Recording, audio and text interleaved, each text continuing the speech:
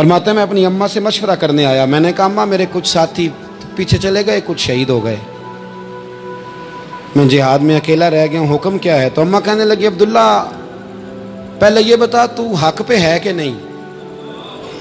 میں نے کہا اماں ہوں تو میں حق پہ، پر مجھے تیری بڑی فکر ہے، تیری 90 سال عمر ہے، یہ تو میرے جو مقابلے والے ہیں یہ تو بڑے سخت گیر لوگ ہیں، میری لاش کے ٹکڑے ٹکڑے کر دیں گے، تو برداشت کر لے گی؟ تو حضرت اسماء نے پتہ کیا دلیرانہ جواب دیا تھا کہ بیٹا بکرے کو تکلیف صرف ذبح ہوتے وقت ہوتی ہے، جب اس کی کھال اتارتے ہیں پر اسے کوئی تکلیف نہیں ہوتی، جب اس کے ٹکڑے ٹکڑے کرتے ہیں اسے کوئی تکلیف، تو کہا بیٹا حوصلے کے ساتھ رہنا، صبر کے ساتھ رہنا، اگر تو حق پہ ہے پہلے یہ دیکھ لے، اگر آپ حق پہ ہیں، اگر نہیں تو توبہ کر کے حق پہ آئیں، اور اگر آپ حق پہ ہیں تو پھر آپ یہ ذہن بنا لیں کہ حالات بدلیں گے اور جو آپ کا نظریہ ہے وہ غالب آ کے رہے گا، اگر آپ حق پہ ہیں تو پھر اللہ آپ کو توفیق دے گا، لیکن زندگی میں ان چیزوں سے بچیں۔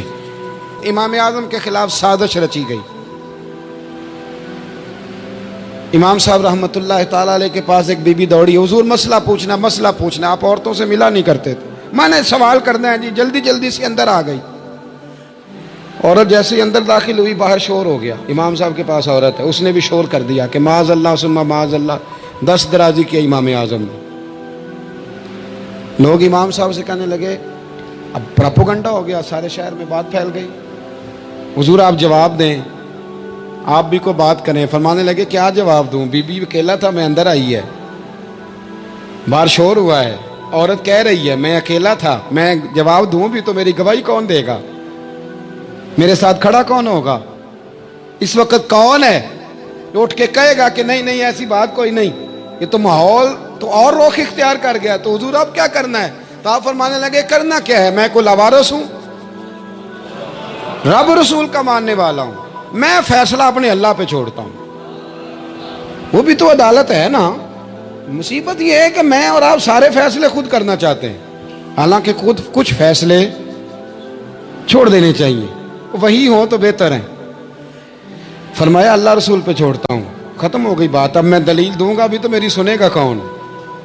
اس طرح کے ماحول میں کئی دفعہ آپ دلیل دیتے بھی ہیں تو کوئی سننے کو تیار، وقت فیصلے کرتا ہے، کون سنے گا؟ فرمایا بس ٹھیک ہے، لے گئے پکڑ کے کوتوال کے پاس، تھانے میں بند کر دیا، اب اتنا بڑا امام ہے تھانے میں بند ہے، عورت بھی باہر بٹھا دی گئی، امام صاحب نے اس سے کوئی ڈسکس نہیں کی، جب اندر تشریف لے گئے سپاہی 2-3 کھڑے تھے، امام صاحب او ہو رب کریم کے بندوں کا وہی طریقہ، امام صاحب نے وضو کے لیے پانی مانگا اور پھر امام اعظم نے نفلوں کی نیت باندھی اور 2 رکعتیں پڑھ کے کہنے لگے مالک عزتیں بھی تیرے پاس ہیں، ذلتیں بھی تیرے پاس ہیں، تو جس حال میں ابو حنیفہ کو رکھے گا مجھے شکوہ کوئی نہیں، میں تیری رضا پہ راضی ہوں، جیسے تو چاہے میں راضی ہوں تیری رضا پہ۔ امام صاحب دعا مانگ رہے تھے تو آنسو ہاتھوں پہ گر رہے تھے، آنا کبھی مصلی بھی آباد کریں، آنا کبھی دنیا کو تو دکھڑے بڑے سنا لیے، آنا 2 رکعتیں پڑھ کے روئیں رب کی بارگاہ میں، محبوب کا وسیلہ پیش کریں، آنا اسے بھی تو منائیں نا۔ امام صاحب کے آنسو گرنے لگے، سپاہی بھی پریشان تھے، وہ بی بی نہ خود ہی اٹھی اور امام صاحب کے قریب گئی، کہنے لگی پہلے مجھے دنیا والے کہتے تھے، اب میں سمجھ گئی ہوں آپ تو رب کریم کے نیک بندے ہیں، اب نہ روئیں، سویرے جانا ہے نا قاضی کی عدالت میں، تو میں سویرے گواہی دوں گی کہ میں نے جھوٹا الزام لگایا تھا، آپ ناراض نہ ہوں۔ امام صاحب فرمانے لگے اس سے نہیں بات بنے گی، اگر تو نے کچھ کرنا ہے تو جو میں کہتا ہوں وہ کر، امام اعظم تھے نا، جو میں کہتا ہوں وہ کر۔ اس نے کہا جی وہ کیا؟ آپ فرمانے لگے اب تیری گواہی سے بھی بات اور ہو جائے گی، اس کو کہہ لیا ہے، اس کو منا لیا ہے، اس کی منت کر لی ہے، اس کو رشوت دے لی ہے، حالات کا تقاضا اب اور ہے، اب اس کا جواب بھی کچھ اور ہی ہے۔ با پردہ عورت تھی برقعے میں لپٹی ہوئی، اس کو گھر بھیج دیا، وہ کوتوال سے کہنے لگی میں بیمار ہوں، مجھے چھٹی دے دو، سویرے آ جاؤں گی، مدعی مقدمہ تو میں ہوں، اب مدعی کو تھوڑی کوئی باندھ کے رکھے گا۔ خاتون گھر چلی گئی، صبح قاضی کی عدالت میں مقدمہ لگا، امام صاحب رحمۃ اللہ علیہ کٹہرے میں کھڑے ہیں، یار بڑا مشکل ہوتا ہے معزز آدمی کا کٹہرے میں کھڑا ہونا، لیکن مخلوق تو فنکار ہے، اس درجہ کے پل بھر میں یہ سنگے در کعبہ سے بھی اسنام تراشے، تم کون ہو کیا چیز ہے داغے کبابی، لوگوں نے تو مریم پہ بھی الزام تراشے۔ یہ نہیں نا باز آتے لوگ، پھر مرضی ہے نا، ہونا کٹہرے میں کھڑا ہونا پڑ ہی جاتا ہے۔ کٹہرے میں کھڑے ہیں امام اعظم، تو قاضی پوچھتا ہے آپ کی بڑی قدر ہے، بڑی اہمیت ہے، تو آپ اس عورت کے بارے میں کیا کہتے ہیں؟ تو امام صاحب فرمانے لگے یہ جو کہہ رہی ہے اس سے پوچھ لیں۔ تو خود خاتون کہنے لگی میرا امام صاحب سے تعلق ہے۔ آپ فرمانے لگے ٹھیک کہتی ہے۔ ساری بھری عدالت سب لوگ حیران، حضرت تعلق ہے؟ فرمایا ہاں۔ کس طرح؟ فرمانے لگے میری بیوی ہے، زوجہ میری اہلیہ ہے۔ جناب کس طرح؟ فرمایا محلے کی بیویاں بلا لو، اس کے ابا کو بلا لو، چہرہ دکھا لو۔ وہ سارے لوگ جمع ہو گئے، چہرہ کھول کے دیکھا تو امام صاحب کی زوجہ تھی۔ امام صاحب نے اس خاتون کو کہہ کے بھیجا تھا کہ یہی برقع میری بیوی کو دے کے سویرے بھیج دینا، یہی والا برقع جو تو نے پہنا ہے، اب گھر جا اور میری اہلیہ کو یہ برقع دے کے بھیج دینا۔ وہ برقع دے کے اس نے بھیج دیا۔ جب امام صاحب رحمت اللہ علیہ کی اہلیہ ثابت ہو گئی کہ یہ تو امام صاحب کی اہلیہ ہیں جو کھڑی ہیں، اب وہ جو سازش رچنے والے تھے وہ دائیں بائیں دیکھ رہے تھے۔ تو امام صاحب نے ایک بات کی جو بڑی شاندار ہے، فرمایا تدبیریں تم نے بھی کی تھی، پر جو تدبیر میرا رب فرماتا ہے نا، جو تدبیر میرا، فرمایا یہ ابو حنیفہ کی تدبیر نہیں، یہ تدبیر میرے اللہ کی ہے جو اس نے مجھے عطا فرمائی، مجھے سجھائی۔ اب قاضی صاحب نے حکم دیا کہ جتنے لوگوں نے الزام لگایا ہے وہ سارے معافی مانگیں، وہ آئیں جس نے بات کی۔ بھائی وقت کو دیکھیں، فیصلے اللہ کے حوالے کریں۔ ہم لوگوں نے جھگڑے کر کر کے، دلائل دے دے کے، بحث کر کر کے معاملات کو اتنا الجھا لیا ہے۔ آپ یقین کریں ایک ایک خاندان کی 15 میٹنگیں اور پنچایتیں ہو جاتی ہیں، پر رزلٹ صفر ہے۔ وہ جی وہ فلاں چودھری صاحب اس کے ساتھ مل گئے تھے، فلاں آدمی ادھر چلا گیا تھا۔ آپ تھوڑا وقت دیں، صبر کریں، استقامت کا مظاہرہ کریں۔ آپ دیکھیں حالات کس کروٹ بیٹھتے ہیں۔ کئی دفعہ صلح کی پیشکش کی جناب ابو سفیان کو، لیکن وہ مانتے نہیں تھے۔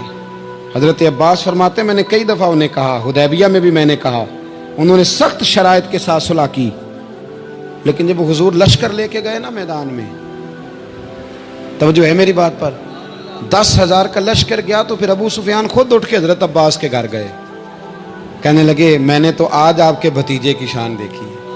تو حضرت عباس کہنے لگے ابھی بھی وہیں کھڑے ہو، یہ بھتیجے کی شان نہیں، یہ اللہ کے محبوب کی شان ہے، یہ رسول کائنات کی شان ہے صلی اللہ علیہ۔ تو کہا اب میں صلح کرنا چاہتا ہوں، اب میری صلح کرا دو۔ وہاں بھی حضور نے یہ نہیں فرمایا جب ہم کہتے تھے تو کیوں نہیں آتا تھا، جب ہم معاہدات کرنا چاہتے تھے تو کیوں نہیں آتا تھا۔ میرے محبوب نے عزت دے دی، فرمایا تیرے ساتھ بھی صلح ہے، تجھے بھی معافی ہے، اور جو تیرے گھر میں داخل ہو جائے گا اسے بھی معافی ہے۔ ختم ہو گئی بات۔